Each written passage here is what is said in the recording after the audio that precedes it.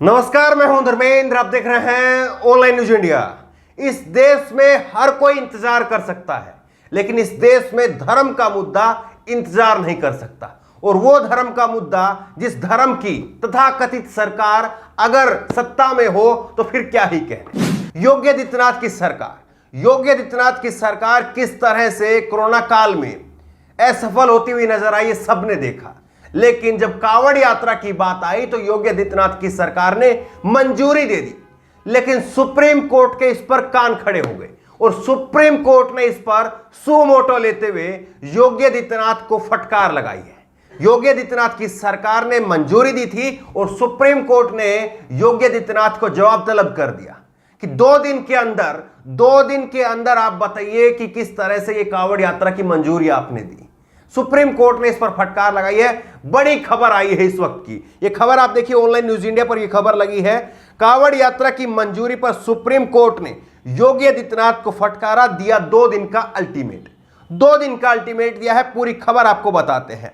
Covid की तीसरी लहर आने की संपूर्ण आशंका के बावजूद उत्तर प्रदेश की सरकार के द्वारा कांवड़ यात्रा को मंजूरी दी गई।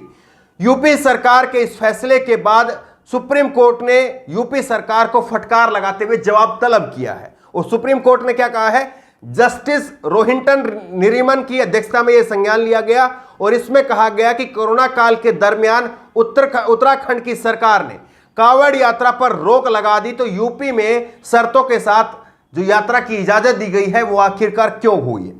सो कोर्ट ने कहा है कि कांवड़ यात्रा 25 तारीख से शुरू होने वाली है, इसलिए लिहाजन 16 तारीख तक राज्य सरकारें अपना जवाब पेश करें।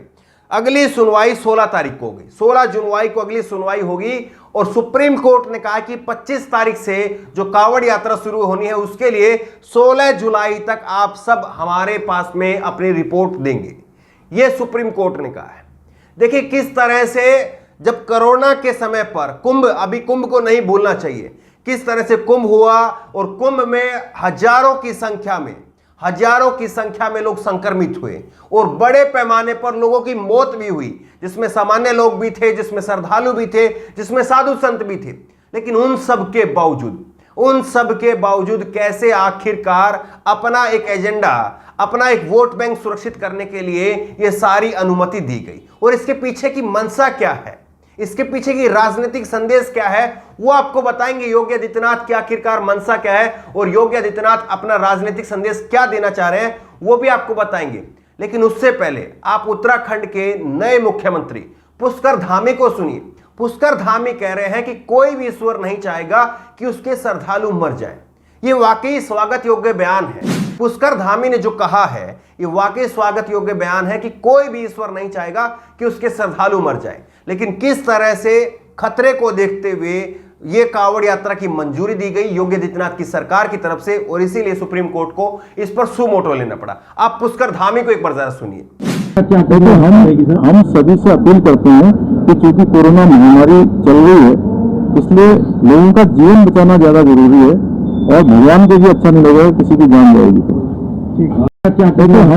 हम सभी से अपील करते हैं कि चूंकि कोरोना महामारी चल रही है, इसलिए लोगों का जीवन बचाना ज्यादा जरूरी है और भगवान को भी अच्छा नहीं लगेगा किसी की जान जाएगी। सबसे बड़ा सवाल यह है कि कांवड़ यात्रा में क्या आप इस बात की कल्पना कर सकते हैं कि इसमें कोविड के प्रोटोकॉल का सम्मान होगा? जब आप बताइए कि मेट्रो के अंदर अभी भी आधी सवारियां करके चलाई जा रही है, बसें आधी सवारियां करके चलाई जा रही है, रेलों में आधी सवारियां करके चलाई जा रही है, तो आप ये बताइए कि खुली भीड़ चलेगी, लाखों की संख्या में लोग चलेंगे, तो क्या उस भीड़ पर किसी का कंट्रोल होगा? और किस तरह से हमने देखा कि कुंभ के दौरान भी नकली RT-PCR टेस्ट जो है वो करवाए गए, वो सब भी आपने देखा। तो सवाल ये उठता है कि उस सब के बावजूद आखिरकार क्यों कांवड़ यात्रा को मंजूरी दी गई। और प्रधानमंत्री नरेंद्र मोदी PMO के कार्यालय की तरफ से देखिए ये ट्वीट किया गया है, और ये ट्वीट जो है वो 12:33 पर 14 जुलाई को एक ट्वीट किया गया। और उसमें क्या कहा गया है कि कोरोना की तीसरी लहर को बुलावा न दें। नरेंद्र मोदी इसमें गुस्सा जाहिर कर रहे थे किन लोगों के ऊपर गुस्सा जाहिर कर रहे थे? नरेंद्र मोदी शिमला के अंदर और दूसरे जो तीर्थ स्थान है जहां पर लोग गए हैं, पर्यटन स्थल है जहां पर लोग गए हैं, उनको लेकर के नरेंद्र मोदी कह रहे हैं कि तीसरी लहर को आप बुलावा ना दें। लेकिन नरेंद्र मोदी देश के प्रधानमंत्री हैं और सबसे बड़े सूबे के मुख्यमंत्री योगी आदित्यनाथ उनको मानते नहीं है। योगी आदित्यनाथ कहते हैं कि कांवड़ यात्रा तो हम निकालेंगे, हम कोरोना के जो प्रोटोकॉल है उनका सम्मान कर लेंगे, लेकिन हम कांवड़ यात्रा जरूर निकालेंगे। अब इसके पीछे का राजनीतिक संदेश क्या है उसको आप समझिए। दरअसल राजनीतिक संदेश इसके पीछे यह है कि योगी आदित्यनाथ अपने एक वोट बैंक को वो ये दिखाना चाह रहे हैं कि देखिए साहब, हमने तो इजाजत दे दी थी कांवड़ यात्रा की, लेकिन सुप्रीम कोर्ट नहीं माना। सुप्रीम कोर्ट ने इस पर रोक लगा दी। इस पर रोक लगेगी, 100% इस पर रोक लगेगी। कांवड़ यात्रा को अभी के समय पर, जब तीसरी लहर आने की पूरी तरह से आशंका सब लोग जाहिर कर रहे हैं, ऐसे समय पर, कोरोना के समय पर कांवड़ यात्रा को मंजूरी नहीं दी जा सकती।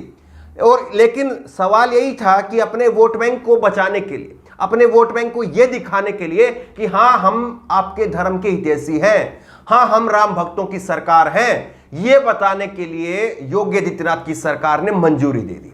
और अब जब इस पर रोक लगा दी जाएगी तो सारा ठिकरा सुप्रीम कोर्ट के ऊपर फोड़ दिया जाएगा।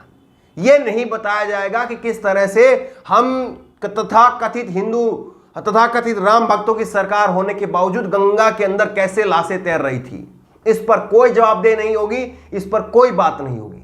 बात कांवड़ यात्रा के इर्द गिर्द जो है वो खत्म कर दी जाएगी। देखिए सीधा सवाल यह है कि कोई भी धार्मिक आयोजन हो, किसी भी धर्म का हो, उसको वाकई इस समय पर, कोरोना के समय पर, जब देश कोरोना की तीसरी लहर की आशंका में है, ऐसे समय पर किसी भी धर्म को इजाजत नहीं दी जानी चाहिए। और सभी धर्म के लोगों को अपने आप से भी अपने ऊपर जो है इस पर रोक लगानी चाहिए कि हां अभी बड़ी गैदरिंग करने का, बड़े स्तर पर लोगों की भीड़ इकट्ठा करने का समय नहीं है, क्योंकि कोरोना की तीसरी लहर आ सकती है। और अगर ऐसा होगा तो निश्चित तौर पर देश के लिए एक बहुत बड़ा झटका होगा, क्योंकि 2 झटके लगातार देश भुगत चुका है और तीसरा झटका देश भुगत पाए या नहीं भुगत पाए यह कहा नहीं जा सकता। इसलिए कांवड़ यात्रा की जो मंजूरी योगी आदित्यनाथ की तरफ से दी गई थी उस पर निश्चित तौर पर रोक लगेगी। और सुप्रीम कोर्ट का इस पर धन्यवाद करना चाहिए कि सुप्रीम कोर्ट ने इस पर सुमोटो लिया है। बहरहाल 16 तारीख को क्या फैसला होगा वो भी बड़ा सवाल है। बहरहाल आप क्या चाहते हैं, क्या वाकई कांवड़ यात्रा होनी चाहिए या आपको लग रहा है कि सभी प्रकार के धार्मिक आयोजनों पर इस वक्त रोक लगनी चाहिए? आपकी राय क्या है नीचे कमेंट बॉक्स में अपनी राय जरूर दें। और इसी तरह की तमाम खबरों के लिए ऑनलाइन न्यूज इंडिया को सब्सक्राइब करें, साथ में जो बेल आइकन है घंटी है उसको जरूर दबाएं, ताकि जैसे कोई वीडियो अपलोड करें उसकी नोटिफिकेशन आपको तुरंत मिल सके। धन्यवाद। इस खबर को अभी लाइक करें, शेयर करें, अभी चैनल को सब्सक्राइब करें और घंटी जरूर दबाएं। इस खबर को अभी लाइक करें, शेयर करें, अभी चैनल को सब्सक्राइब करें और घंटी जरूर दबाएं।